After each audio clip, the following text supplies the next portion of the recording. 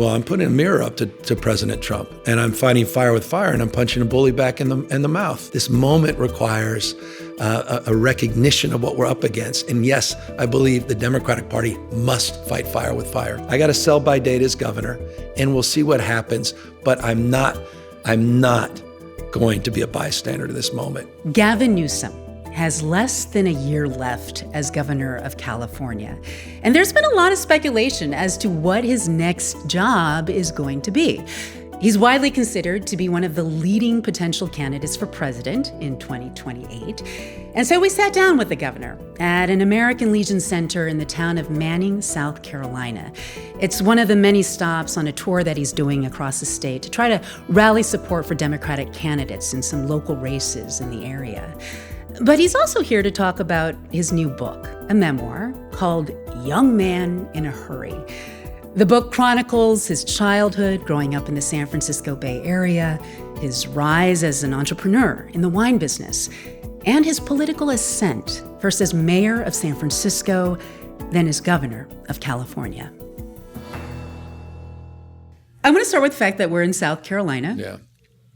You're the governor of California, but here we are in a small town in South Carolina because I know that you've been helping Democrats campaign for some local races here.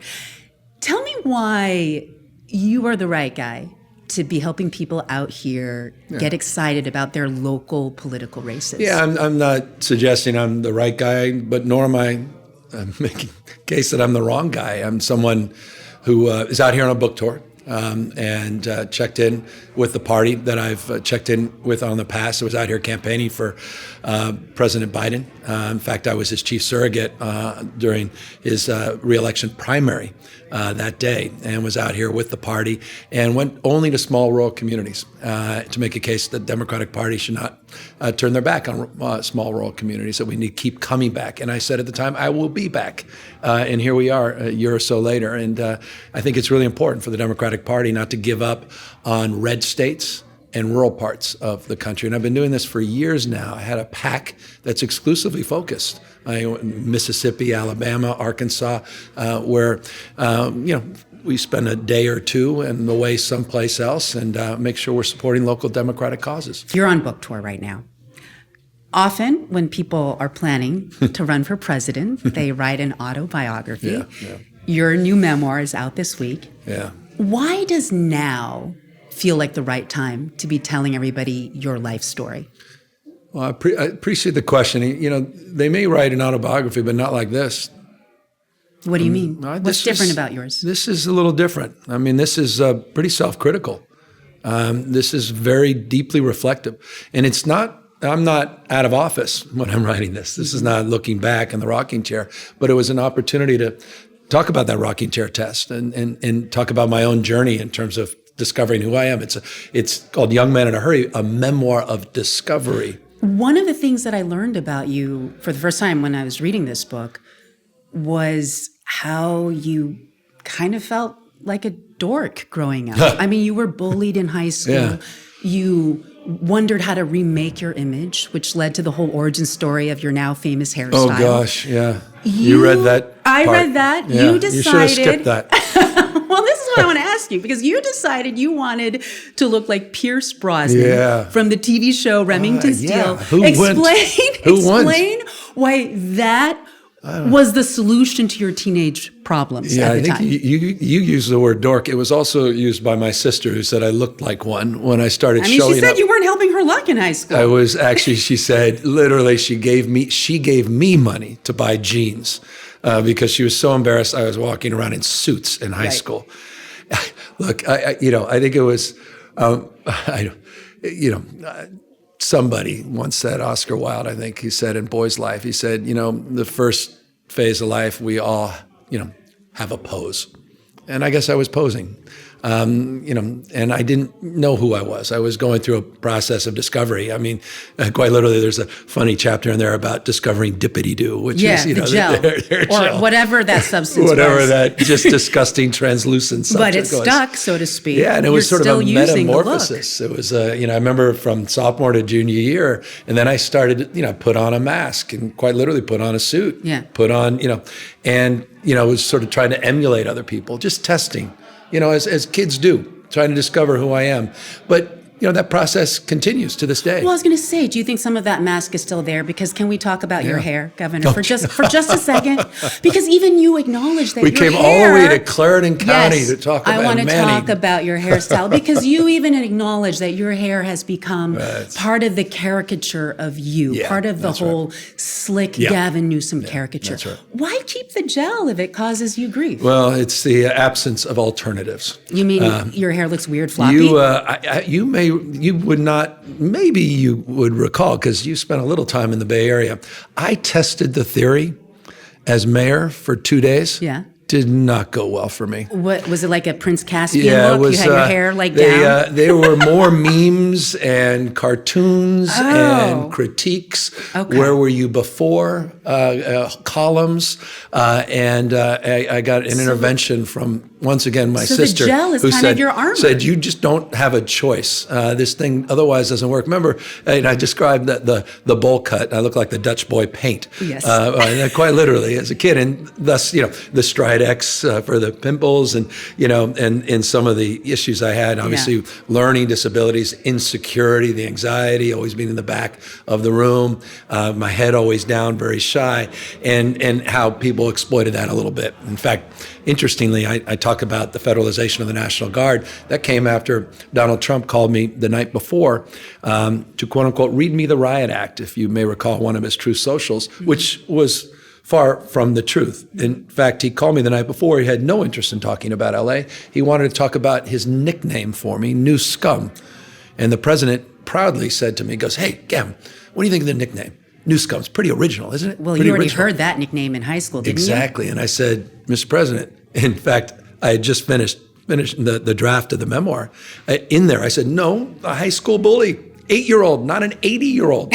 was calling me New Scum, and it went downhill the conversation from there. But so it's just different. I'm painting a different picture of that is the reality, but I'm also put on a lot of plaster over my life in terms of that mask I put on, and parts of me, my face started to grow into that mask, and that was a big part of the journey to sort of reconcile that and the trial and error, the mistakes, the discovery, and also my mom's role in relation to that, where she talked about that plaster starting to I want fade. to talk about your mom a little bit. I mean, so much of this book seems dedicated to setting the record straight on whether you grew up all that privileged. Yeah. I mean, you do spend a lot of time talking about how you were raised by a single mother who held multiple jobs at once at times to keep things afloat. Yeah. At the same time, you also acknowledge that your father was a very close friend of the super rich Getty family. He helped oversee the Getty Family Trust. You grew up alongside the Getty kids. You went on safari with them. You met European royalty with them. Yeah, some amazing trips. Yeah, and you started your business, Plump Jack, with some Getty money. Yeah, with $15,000. And I felt like in this book, you very much try to draw a distinction between growing up around privilege versus growing up with privilege. A big distinction. Why is that a meaningful distinction? Well, just because it's, if there's a trust fund in my life, I'm looking forward to discovering it. It doesn't exist, but there's a persistent sort of belief that somehow it does in my life, that it's been a life of privilege and somehow everything's been handed to me. And, I fought back against that. And I talk about that in the book a lot. And the more I fought back, the more it was sort of reestablished itself. And of course, made a lot of I walked into it in many respects as well. And there's a paragraph in one of the chapters where I really talk through that, the suits, not just the hair gel and the shoot, the parties. And I played into that type. So I recognize my own complicity. But look, my mom was 19 when she was pregnant with me. My dad left a few years later. She was on her own. She came from no wealth. And she just hustled, grit, hard work. And if there was a week I spent a year every few years with the Getty family, it was the rest of my life with my mom having, not just the job she had, the job she made sure we had as a paper boy working for Jeff Hicks, who I revere in construction, and the work we did to try to pay rent, and how she rented out all the rooms in the house, and how she lived in the living room, and how we became a foster family, and how we had folks down there in the garage that were always strangers because they were renting out our garage. And it just, I think for me, it was important, to level set with people that reality, but it's also a love letter to single moms. Mm-hmm. It was also my way to say thank you to my mom who died 20 years ago. I never fully appreciated her struggle until I wrote this and got deeper into her story in life. And I felt more compelled to share it. I mean, you did live sort of a split screen reality between growing up with your single mom and then the occasional proximity to the Getty family. Yeah. And the privileges you do that came with acknowledge, that. that you were a beneficiary of that proximity. Of course. Yeah. And so I felt that in this book, you do take great pains to paint yourself in some aspects as an outsider, but you do also acknowledge that you've been on the inside as well, right? Yeah. Like you have had these family connections to the Gettys, family connections to the Pelosi's, and frankly, by this time, Governor, you've been famous for half of your life. So I guess my basic question for you is, why should ordinary Americans feel that they can relate to you? No, I'm not trying to force feed anything. I'm just sharing my story, my life, story of my mom's life, story of her struggles, story of my struggles as it relates to reading and learning disabilities. And, I painted a picture that, I paint in detail in the book of someone that always struggled academically, that was bouncing around different schools, that does not read a speech today because I couldn't read a speech today. I'm not suggesting anything, but I'm just offering a glimpse of some of the things that people may not see, of sweaty hands, of anxiety, insecurity, of trying to be someone I'm not, of making mistakes, learning from those mistakes, and painted a picture of also a family history that I knew nothing about until I wrote the book. I never knew why my parents divorced until I was writing the book. Well, they never told me that. Yeah. My dad's advocacy, my great-grandfather, on both sides of the family, their advocacy, I found out they're in FBI files. We discovered that in the book. My great-grandfather, close with Oppenheimer, Linus Pauling's doctor, and how he lost his job. And so, just aspects that paint a picture that is very American. In every way, just the story of newcomers and immigrants. My dad said about his great-great-grandfather, he said he didn't know what came first, the Irish cop or San Francisco. And I try to color quite literally with pastels the landscapes. I begin the book talking about looking out over the American River, where Eureka was yelled, and yellow gold, and how we were born of genocide in California. I try to paint a picture that is about California. It's about America. It's my family. It's the journey. And so I do think there's aspects of this that people can connect to in a very meaningful way, I hope. By the way, you've mentioned this a few times, your learning disability. For people who don't know, you have struggled with dyslexia your entire life. How has having dyslexia helped shape your ambitions, you think? I don't know ambitions. It's the reason we're here. I mean, your mom at one point said it's okay to be average, Gavin, when you were struggling with a book report. Brutalized me. It was the meanest words I ever heard. And in hindsight, again, cathartic process, writing. This I never set out to write a memoir, by the way. This was not, it goes back to your original question, politician, memoir, campaigns. That was not the intent. In fact, I submitted to Penguin Press, the great Anne Godoff, a book she rejected that had one chapter about my childhood and memoir. And I told her, as I was presenting the book, I'm happy to take that out because I thought she would find that incongruent with the rest of the book. But they wanted more of that. And she goes, I thought I knew you. She goes, and I feel I do, but I don't. I didn't know all this background. I had no idea about any of this. She goes, I'm interested in that book. Now, I could have demanded, I said, look, we're just submitting this, but she challenged me. And so I went back. That's why it's a 5-year process, this. And the timing is just pure coincidental. In fact, it was supposed to be out this time last year, but the wildfires in Los Angeles. So it's here, but it was with the care that it deserved to start to understand not only my family, but my relationship with my family and the why I'm here, why I have certain advocacy, why I have certain things I care about, and certain things that I'll stand for, certain things that, that create fear and anxiety. And so I try to paint all of that in a way that, again, I think is more universal than may be perceived. That's why it's not a politician's book.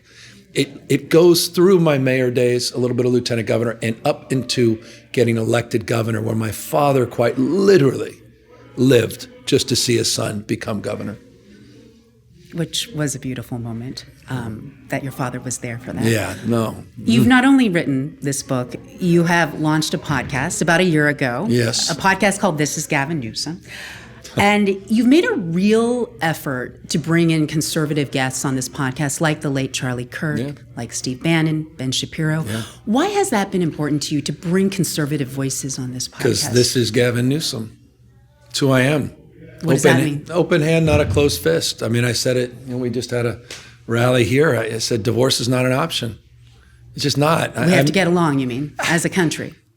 As human beings, it's just exhausting. But what do you make of the criticism that bringing guests like that onto your podcast is just pandering to the right? Well, I think it's fair. It means, and that's why you don't have to listen. I mean, I started the podcast with quite literally not one download and not one listener. And I brought on Charlie Kirk because I wanted to understand what motivated him. I wanted to understand why he had built such a successful organization that powered young men, particularly young men who the Democratic Party have lost, to Donald Trump's side. And I thought it was important to understand that. And some people thought it was offensive, but just because have someone like him on, you mean? Yeah, but just because just because we don't want to focus on them doesn't mean they go away. And so it's who I am.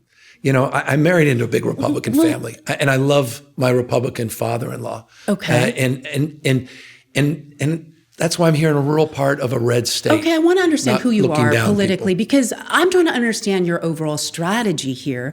On one hand, you are bringing people like the late Charlie Kirk, like Steve Bannon onto your podcast. On the other hand, you're trolling President Trump on X. Yeah. You mock his writing style. You mock his body. You are selling MAGA branded knee pads. We shouldn't be body shaming. Let me double check that. These MAGA branded knee pads, they're for all your groveling to Trump needs. That's for the universities, the law firms. That's for major corporate leaders as well as major media companies. Yes, but those knee pads are for them. Okay. How do you square those playground insults with the listening sessions that you're having with these conservatives on the podcast? Because I think you can be both and. But what if you're confusing people as to what you sincerely believe? Like, why not present just one Gavin Newsom, one consistent tone across all platforms? I am. What's the consistent tone? I'm who I am. I'm consistently me. I'm interested in other people. I'm interested in what makes them work. I don't talk down or past people. I believe all of us want to be protected, connected, and respected. All of us need to be loved and need to love.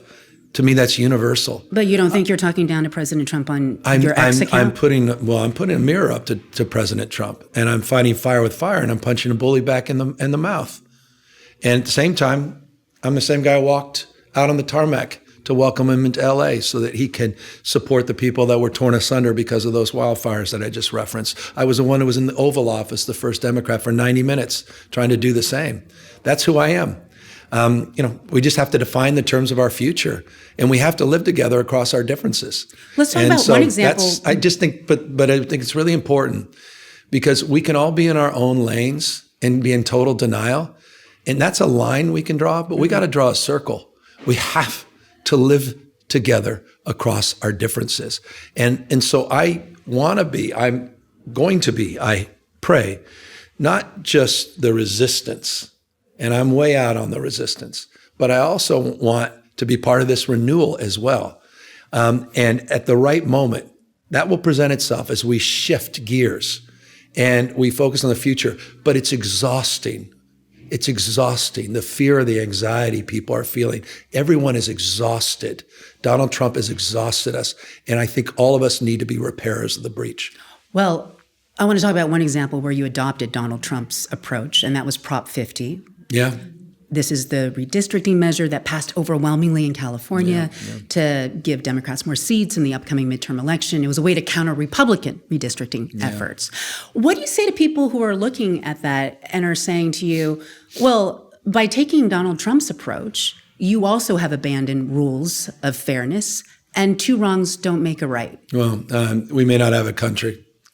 We may lose our republic. It's the 250th anniversary of the best of Roman Republic, Greek democracy, co-equal branches of government, popular sovereignty, and the rule of law, not the rule of dawn. And I hope it's dawning on people what we're up against. We can lose this country. He tried to rig the election before one vote was cast this November because he knows he's going to get crushed in the 2026 congressional elections.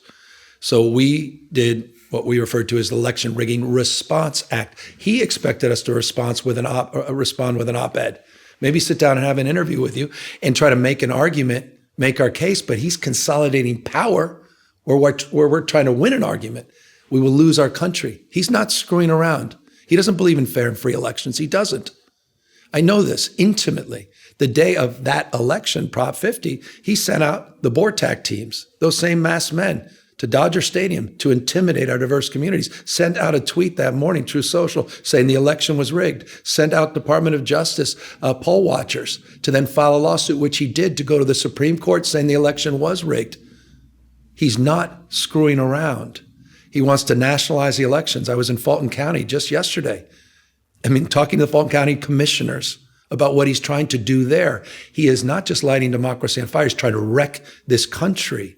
And it would be reckless to try to win an argument as he's consolidating power. So I think right now, this moment requires a recognition of what we're up against. And yes, I believe the Democratic Party must fight fire with fire. Well, let's talk about how the Democratic Party is going to fight, because in your book, you wrote that back in 2004, when you were welcoming same-sex marriages to happen in the San Francisco City Clerk's office, you wrote that back then the Democratic Party was taking the go it slow approach. Yeah, they were. And that you just didn't have the patience to wait for the rest of the party to catch up with you. So you proceeded with these same-sex marriages.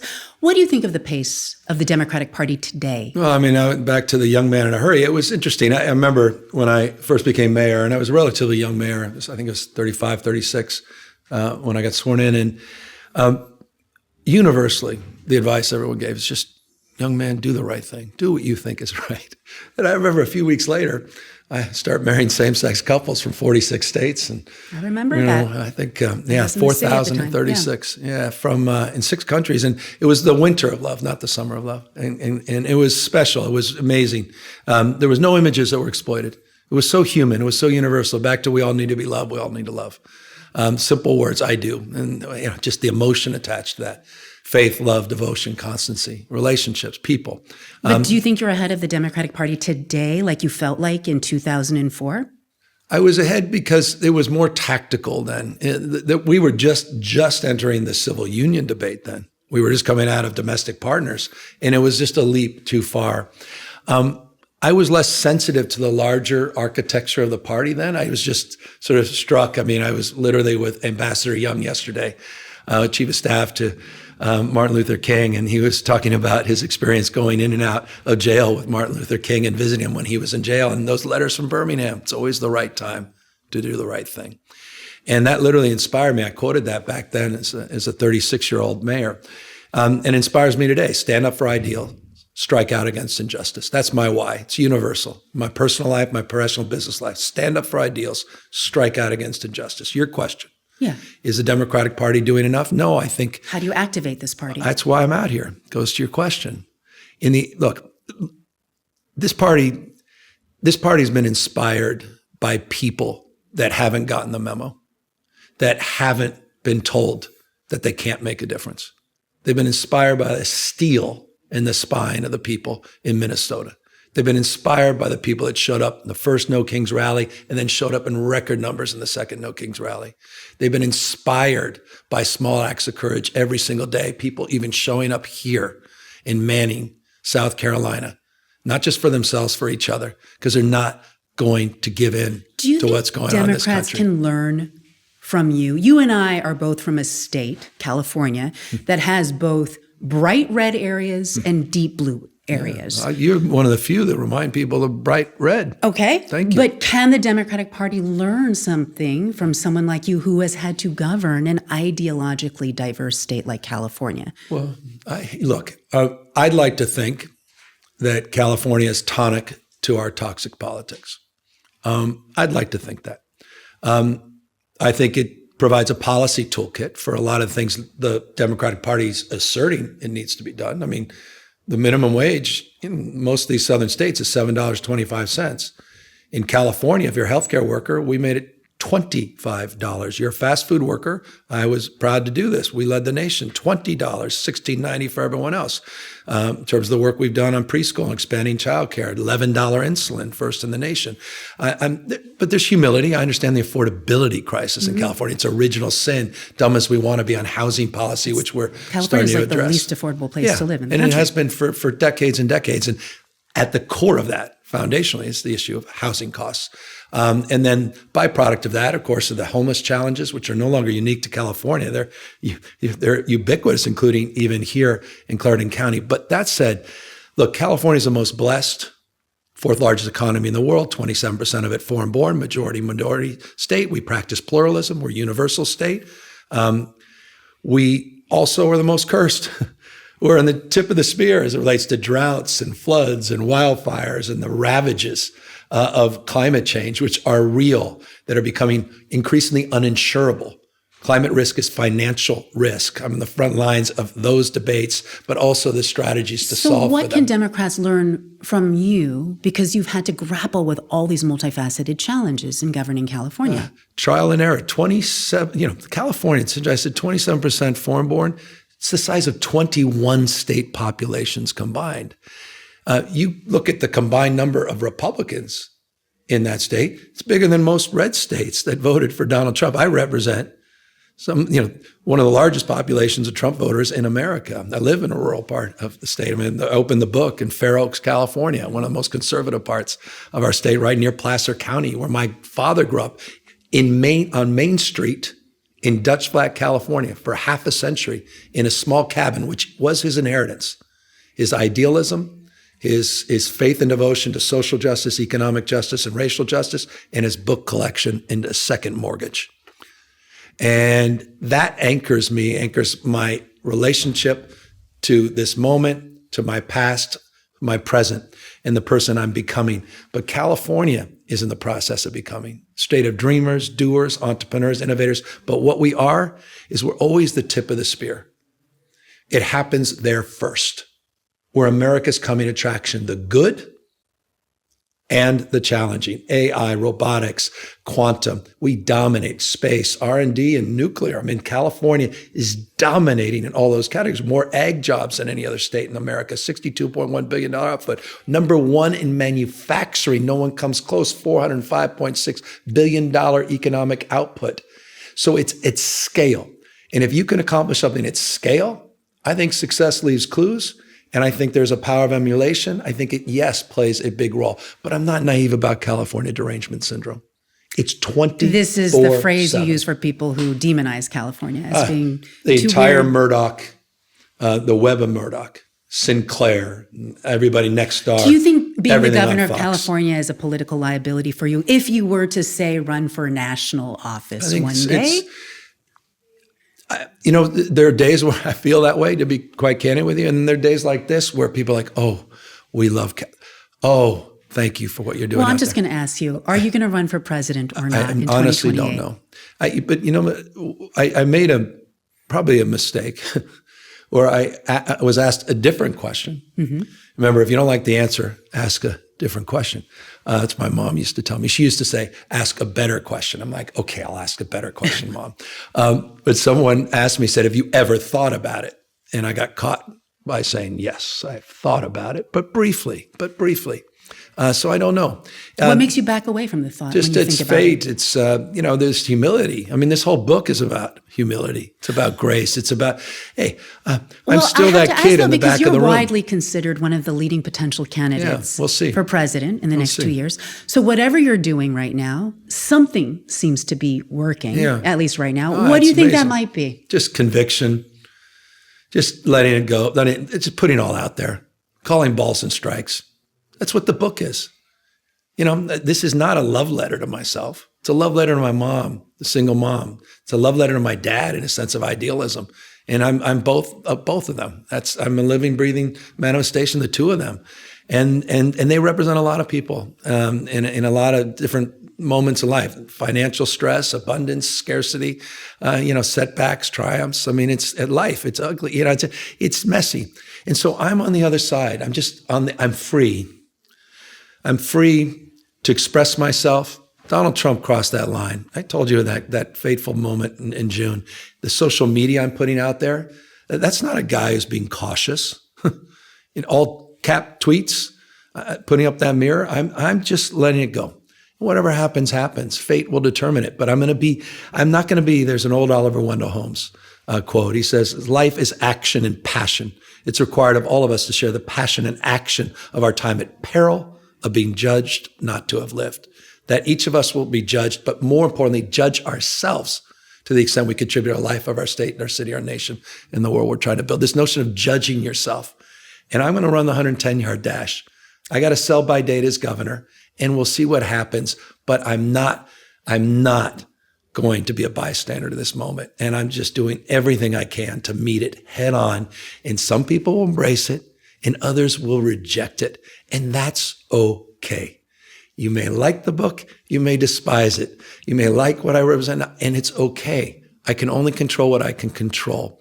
But one thing I also can control is I can recognize that I have to do better and do more in my life. And I have to have the grace to listen to the critics and try new things and be a better person.